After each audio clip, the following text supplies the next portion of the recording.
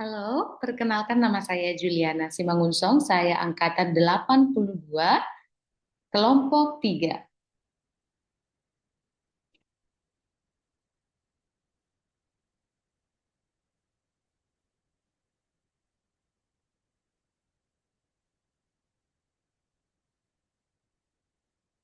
Isu kontemporer yang akan saya angkat di program studi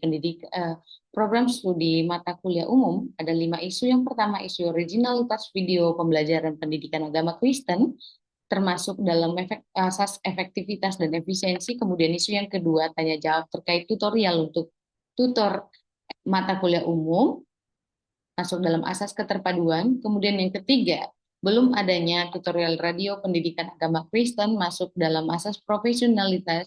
Yang keempat, pengoptimalan website prodi mata kuliah umum untuk memberikan informasi terkini, masuk dalam asas persatuan dan kesatuan. Dan isu yang kelima adalah pemutahiran tutorial pendidikan agama Kristen, masuk dalam asas profesionalitas. Isu yang pertama, originalitas video pembelajaran pendidikan agama Kristen. Efektivitas dan efisien adalah penyelenggaraan manajemen ASN harus berorientasi pada pencapaian tujuan organisasi melalui pengelolaan sumber daya secara optimal. Nah, di universitas terbuka, khususnya pada mata kuliah pendidikan agama Kristen, perangkat tutorialnya perlu di-upgrade. Kenapa? Khususnya dalam hal video, karena pembelajaran yang ada di master tutornya adalah video orang lain dan beberapa berbeda dari maksud pembelajaran yang ada di buku pendidikan agama Kristen. Nah, kondisi terkini video pembelajaran digunakan di tiap sesi adalah video dari YouTube yang bukan karya dosen Pak sendiri.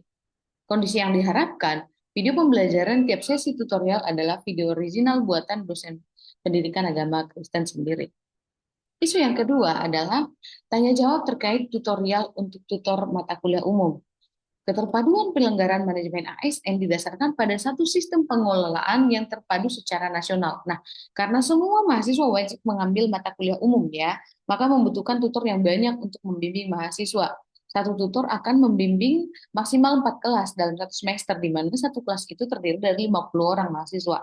Mahasiswa yang mengambil pendidikan agama Kristen untuk saat ini sekitar lebih dari 13.000 orang. Maka untuk tutor dibutuhkan sekitar 250 orang. Persepsi yang berbeda mengakibatkan sering terjadi kesalahan. Banyak yang bertanya, tutor yang ini bertanya, tutor yang ini bertanya, pertanyaannya kadang-kadang sama. Nah, untuk mencegah kesalahan-kesalahan dalam mengelola kelas, biasanya tutor akan menanyakan kepada dosen pengampu. Nah, dosen pengampu harus menjawab setiap pertanyaan-pertanyaan dari ke-250 tutor tersebut. Itu sebagai dosen, terkadang tidak akan sempat menjawab semua pertanyaan dengan tepat dan cepat. Nah, hal ini mengakibatkan tertundanya proses tutorial online. Nah, berikut padahal sudah ada pembekalan tutor, walaupun sudah ada pelatihan tutor, tetap saja kadang-kadang mungkin mereka lupa atau apa, sehingga banyak bertanya. Kondisi yang terkini, tutor menanyakan langsung ke dosen, dosen pengampu ya, atau ke Kaprodi, Kaprodi MKU mengenai tutorial online, walaupun sudah ada pelatihan dan pembekalan mengenai tutorial online, pertanyaannya hampir sama, namun tutor yang berbeda, tutornya berbeda yang nanya. Jadi, walaupun pertanyaannya sama, tetap harus dijawab. Kondisi yang diharapkan, adanya panduan tutorial online mata kuliah umum untuk meringankan beban kerja dosen, pengampu, dan kaprodi. Panduan yang dimaksud di sini adalah panduan untuk tanya dan jawab atau Q&A.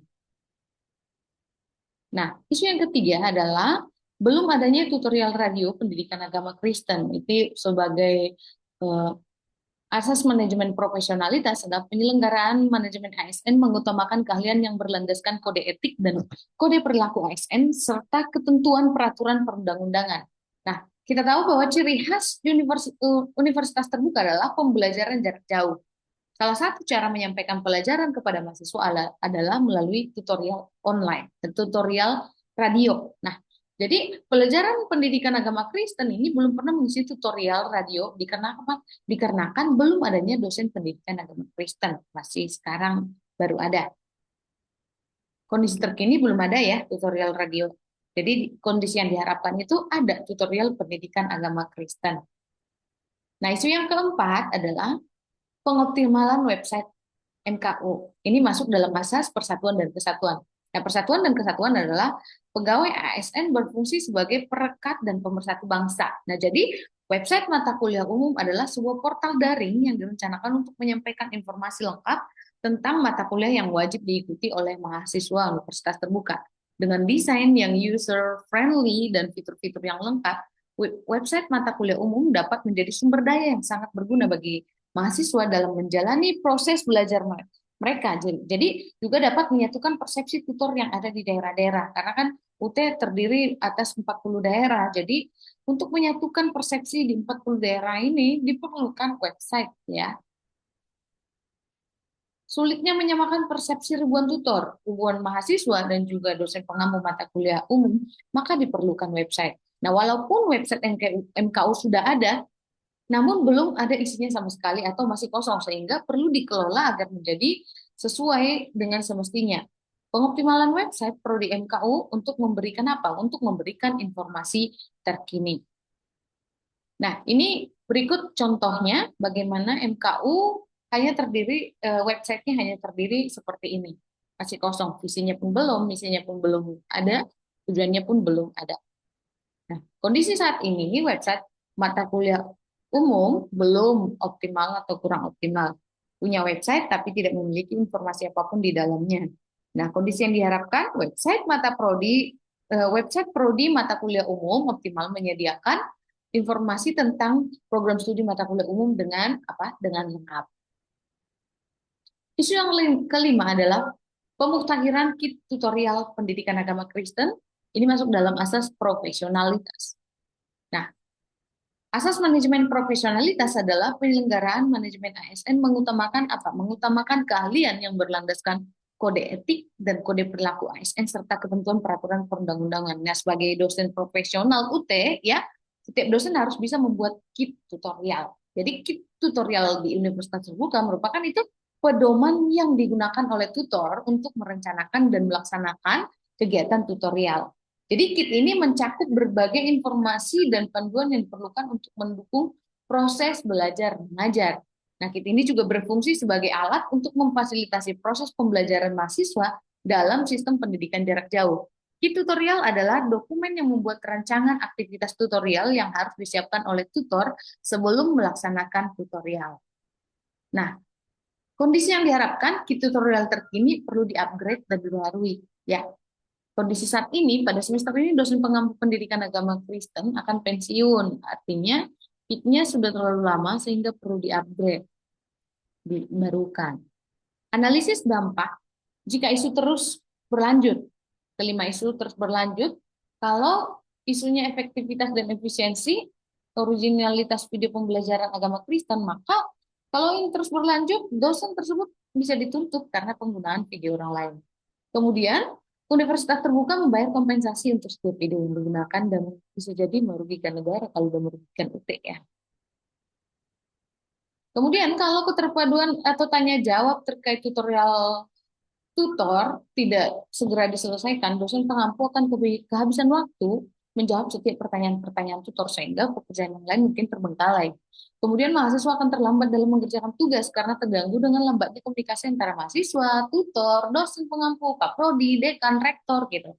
Kemudian nilai mahasiswa rendah, dosen UT tidak profesional. Nah, endingnya nanti begitu kalau ini terus berlanjut. Isu yang ketiga, kalau tutorial radio tidak ada sebagai pembelajaran jarak jauh, khususnya dalam pendidikan agama Kristen, kalau nggak ada ya nanti tidak menerapkan, tidak seperti pembelajaran jarak jauh kalau tidak ada radionya karena tidak masuk. Memang hanya sedikit, tapi nanti tidak ada penerapan tutorial radionya pendidikan agama Kristen. Jadi itu perlu juga ya. Kemudian persatuan dan kesatuan yaitu pengoptimalan website. Kalau ini tidak segera dioptimalkan, dosen pengampu sulit berkomunikasi dengan tutor. Kemudian pihak UT akan kewalahan dalam menerima tugas dan menilai mahasiswa tepat waktu karena komunikasinya sulit. Mahasiswa sulit memperoleh informasi, tutor juga kesulitan memperoleh informasi. Nih, kemudian, kalau isu kelima tidak segera diselesaikan, eh, maka KIP-nya sudah usang, sehingga harus perlu dibenahi. Berdasarkan kelima isu tersebut, dilakukan tapis isu APKL, tapis APKL yaitu aktual, problematik, kehalayakan, dan kelayakan.